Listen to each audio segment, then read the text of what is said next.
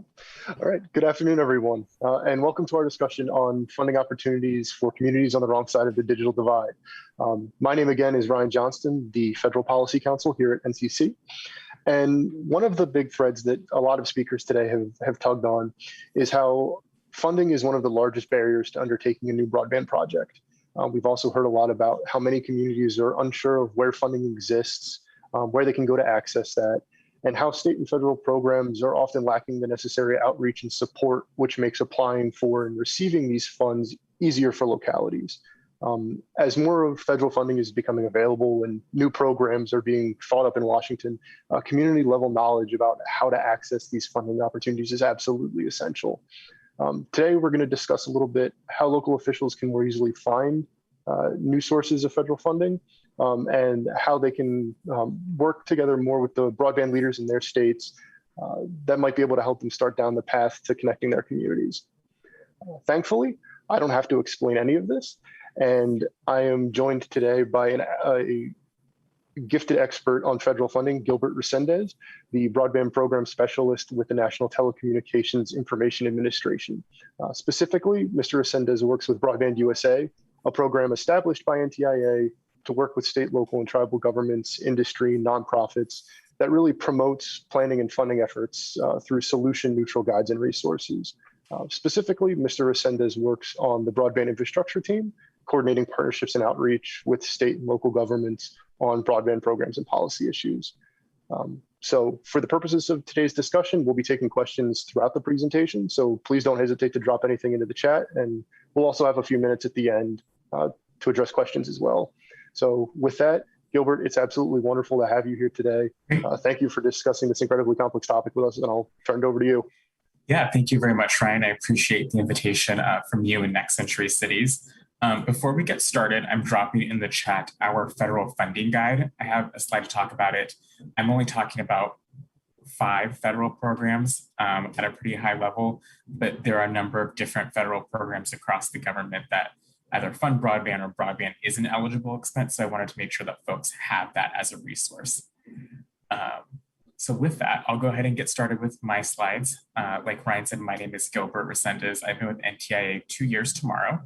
And I work with our state and local governments. I'm here to talk to you a little bit about funding.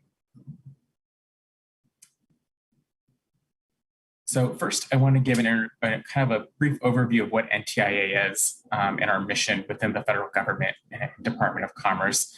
Like Ryan gave a pretty good overview. We sit inside of the Department of Commerce, NTIA, the National Telecommunications and Information Administration. We are a telecommunications and information policy bureau of the Commerce Department, and specifically, we support the Biden administration and the White House on its broadband and telecommunications policy goals to ensure that broadband infrastructure is delivered to the communities with greatest need, and to do that by supporting state initiatives, working with our sister federal agencies, and just coordinating efforts across the federal government.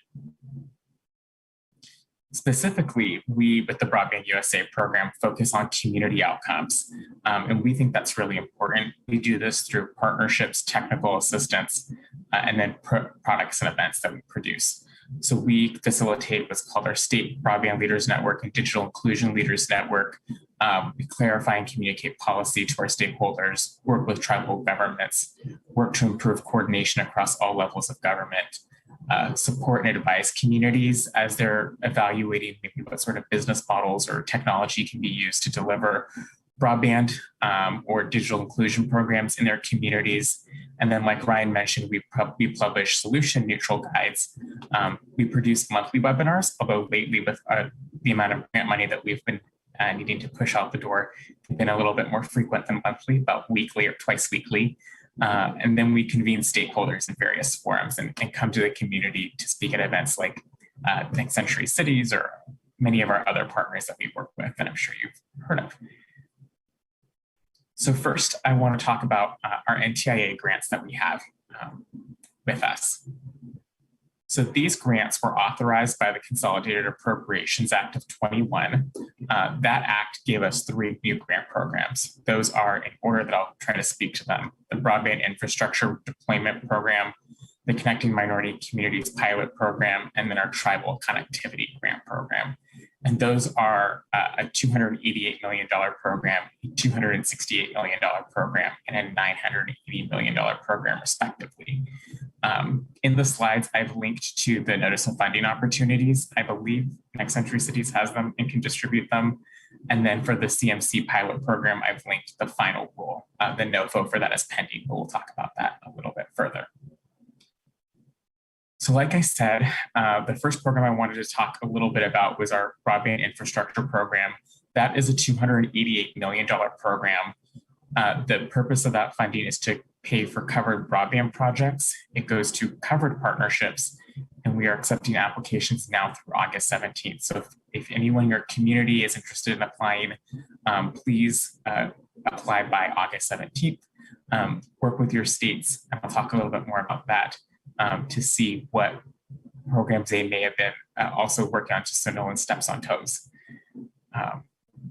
There's a few definitions I wanted to point out that I mentioned. The first is, what is a covered partnership? The Act, this Consolidated Appropriations Act, defines that as a partnership between a state or a political subdivision of a state, or one or more political subdivision of a state, and a provider of fixed broadband service. A common question that I've gotten is say a municipal provider in and of itself a covered partnership? And the way that we've interpreted that is no, because it's pretty clear that the intent of the statute was that a covered partnership would have two entities. So it's conceivable where it could be one or the other, depending on what the state laws are, and how a state defines what a political subdivision is, but we need two entities in that application.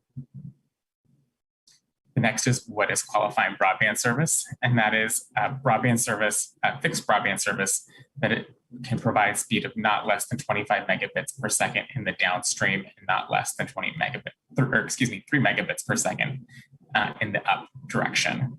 And we've also defined latency in our FAQs, and I put it here on the slides, which you can all access. The last is, what is underserved? And that would be a household or business lacking access to qualifying broadband service, which we defined in the last slide, and that no provider has been selected to provide service, whereas otherwise receiving federal funding or state funding subject to enforceable build-out. And that subject to enforceable build-out piece is a very, very important piece of that legislation. And our notice of funding opportunities to keep in the back of your minds as you're working on these applications. And a little bit on the eligibility of this program before I transition. Like I said, this is for covered partnerships for a covered broadband project. Applications need to describe both the covered project, what is the covered project that you're seeking funding for, as well as who's in that partnership, as well as describing the proposed fund service area and any other state or federal support that's being received. Each covered partnership can only submit one grant application. A covered partnership can have one or more fixed broadband provider, and a fixed broadband provider can be a part of multiple covered partnerships. Next, I want to transition to our Connecting Minority Communities pilot program. Like I said at the top, this is a $268 million program. The eligible recipients for this program are historically Black colleges and universities, tribal colleges and universities, and minority serving institutions. There are many different types of minority serving institutions. We have some resources on our website, as is the U.S. Department of Education, so I would refer there. Since there are many different types, I didn't have enough space to list them all. We also allow consortiums that are led by one of those types of institutions of higher education to apply with a minority business enterprise or a tax-exempt 501c3 organization. These funds can be used to purchase broadband internet access service, or for any eligible equipment, or to hire and train personnel, information technology personnel, in order to deliver remote learning or instruction to students, to operate that minority business enterprise, or to operate that tax-exempt 501c3. And we, like I said, we have published the final rule for that program. That information's on our website. We have not published the notice of funding opportunity yet, and we anticipate posting that around mid-August. It's currently working its way through the clearance process. But once that's posted, that'll open up the application period for that grant. Two things that I want to make sure that you all take away from this slide on program requirements is that this grant has a 2-year period of performance, as well as no matching requirement for the CMC pilot program. That's really important to keep in mind. Additionally, the legislation, the Consolidated Appropriations Act, calls out a 40% earmark that funds will be made to HBCUs, as well as that 20% of all grant funds from this pot of money will be used to award eligible recipients to provide broadband access or devices or equipment to students in need. In order to help our applicants, since I know this legislation has a lot of different things for eligibility, we created a community anchored dashboard so you can go visit your state and filter by type of minority institution, whether it's an HBCU, a tribal college and university, Hispanic serving institution, or one of the many other different types of minority serving institutions, and see what eligible institutions may be in your communities, as well as the eligible census blocks for service if an anchor institution would like to also provide service or work in those areas. And then the last NTIA program I would like to briefly discuss is our Tribal Broadband Connectivity Program. This is our largest of the three. It's $980 million. This is for tribal governments, tribal colleges and universities, the Department of Hawaiian Homelands, on behalf of Native Hawaiian communities, Native Alaska corporations, as well as other various types of tribal entities. This funding is to be used for the deployment and adoption of broadband service on tribal land and projects that will promote broadband access and adoption in order to address remote learning, telehealth, telework needs in response to the COVID-19 pandemic. Our deadline for submission on this application is September 1st, and this is a very firm deadline that we can't move. I know we've gotten a lot of questions if there is some wiggle room there, there just isn't. And then again, the eligible entities to iterate are those tribal organizations. So if you know of any tribal organizations in your communities, please promote this opportunity with them or around your communities. It's a really great opportunity for you, like all tribal organizations, to have the option to take advantage of.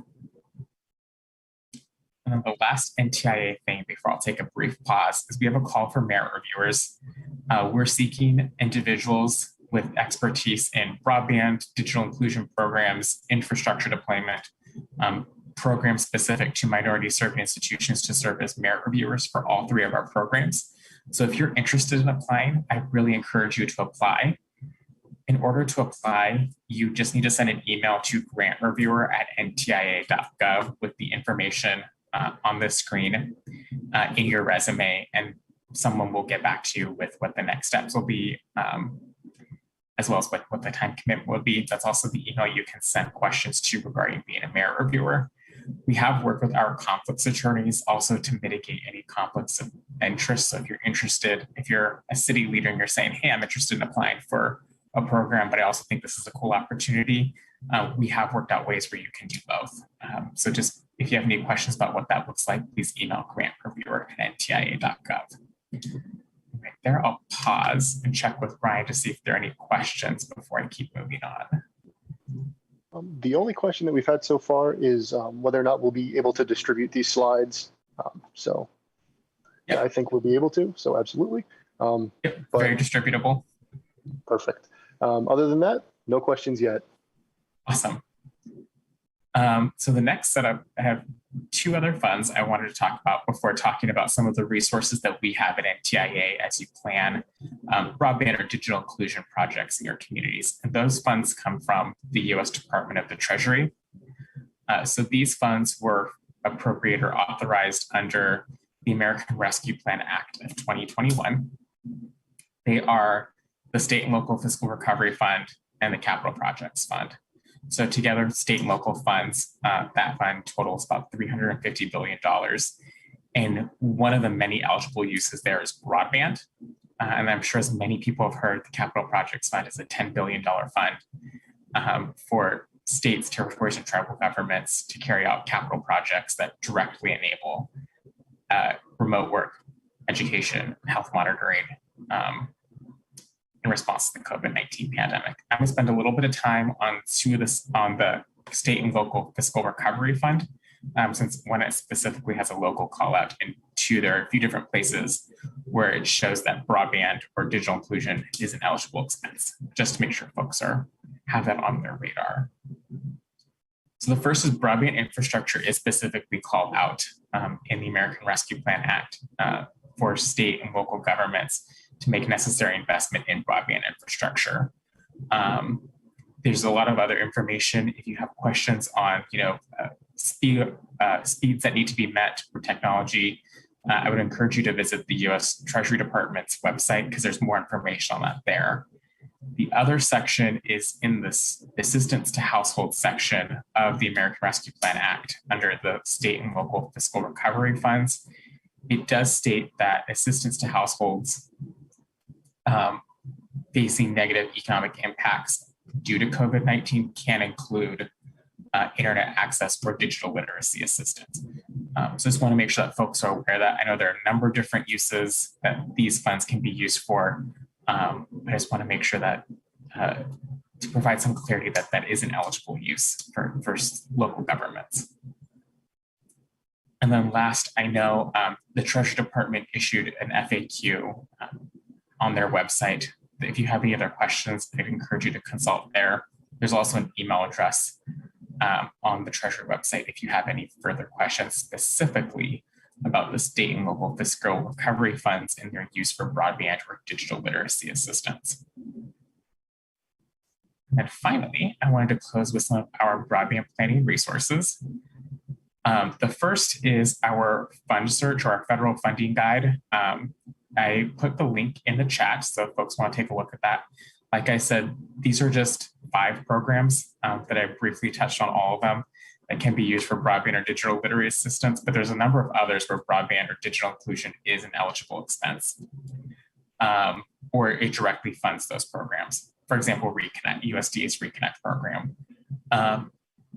With this, our fund search tool, you can filter by use, the agency or department that you would like to look at.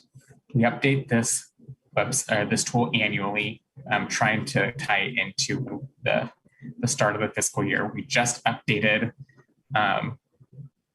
this tool, so everything on there is very current, and I believe that the information is also downloadable, and if not, then that feature is coming very, very soon. We just made a lot of updates to our website, so some features are coming.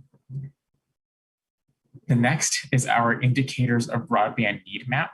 This is a new publicly available digital map that launched out, I believe, 2 or 3 weeks ago, so it's still very, very new.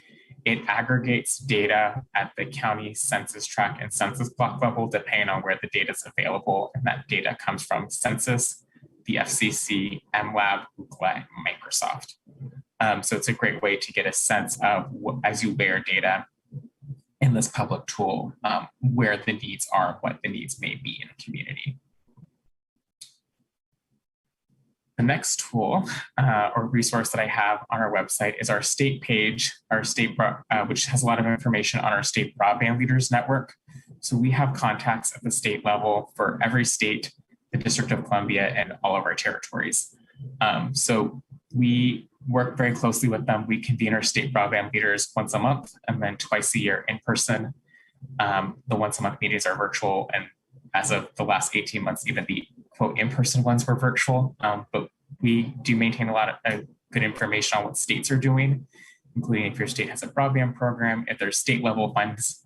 If anyone has any questions, or if you'd like to be put in contact with your state leader, please send me an email, and I'll be sure to put my email in this chat before I leave, and I'm happy to connect you with your state broadband leader. And then the last resource that I wanted to highlight on our website is our digital inclusion resources page. And this includes information on digital inclusion resources at the state and local level across the country. I know that there are a number of other digital inclusion resources, including nonprofits or universities, that you can take advantage of. This only includes government resources, but it's a great starting point. With that, that's everything I have for now. I don't know if there's any other questions, Ryan. Absolutely. So we've gotten one question from Mr. Frank Jones. He highlighted that on the last chart that you showed, that one of the tools that you looked at were census tract data for broadband deployment. And the concern is that a lot of the time when we look at that data, it's not very accurate. How is NTIA addressing that issue? Yeah, are you speaking specifically to Form 477? I would believe so, yeah. Okay, yeah, I mean, this is one of the many tools that we have, and you can layer on a number of different layers to get a sense of what may be going on beyond the FCC data. Like I said, it contains some census tract data from Ookla MLab. So it's more of a tool to help guide in the start process. As a starting process. If you have any other questions on methodology, I'm happy to put you in contact with our mapping team, who can provide you a much deeper answer than I could on mapping methodology. Okay. And one of the things that we've heard a lot about today is how communities can kind of start planning to look for these funding opportunities. When a community is in the process of doing their broadband plans or doing their digital equity plans, what are there any things that they should specifically include or be focusing on that might help them be able to apply for these funding opportunities a little bit more easily? Yeah, so the question is what can communities be doing to begin like their planning process to apply for these funds? Right. Yeah, I think making starting an inventory of what resources do you have, whether it's human or community partners. What can you bring to the table as a starting point is always a great place to start. I know a lot of people, if they're starting out, they may think, oh, I don't have anything. But you could have a partnership with a library that can provide really valuable education or community outreach. So looking at those sort of maybe non-technical inventory, I think is a great way to see what partners can you tap into in order to build a really strong application or a strong plan moving forward of who you can tap into. And I guess how can communities, I guess, work more closely with the NTIA, either through hosting kind of program roadshows, town halls? Is there a way to increase community engagement from the community side if they're interested in becoming more proactive? Is there a way for them to engage with you? Yeah, so we're always happy to hear from the community and see where areas are for us to work together. Our contact information is on the screen. So if you have any questions about working with us, please send us an email at broadbandUSA@ntia.doc.gov. We're happy to further that conversation. And then I guess the final question that I've got is there anything that communities should be looking out for when they're trying to connect with their states to find new funding opportunities? So specifically, it might be a little bit more difficult for a community that is in a state that lacks a centralized broadband office or doesn't have someone who's specifically at the state level who's working on this. What advice would you have kind of for those communities that are looking for those options? Yeah, we're always happy to have a conversation with the state. We know we have good relationships even with states that don't have a broadband, like a formalized broadband office. Most states have at least a person where it's another duty as assigned. So we're happy to facilitate a conversation and sort of help folks get a lay of the land before they jump in and have that conversation with the state. And I guess to finish things off, what is your biggest piece of advice for communities that are either looking for new funding opportunities or looking to apply for them? It's a good question. Plan. I think you can never do enough planning to make sure you're prepared to jump in. And then we're always here to help. Your state person's always here to help. We're happy to facilitate those conversations or help how we can. Wonderful. Well, I appreciate you being here today, Gilbert. Thank you so much for diving into this incredibly complex topic with me. And thank you for sharing everything with everyone here. You're very welcome.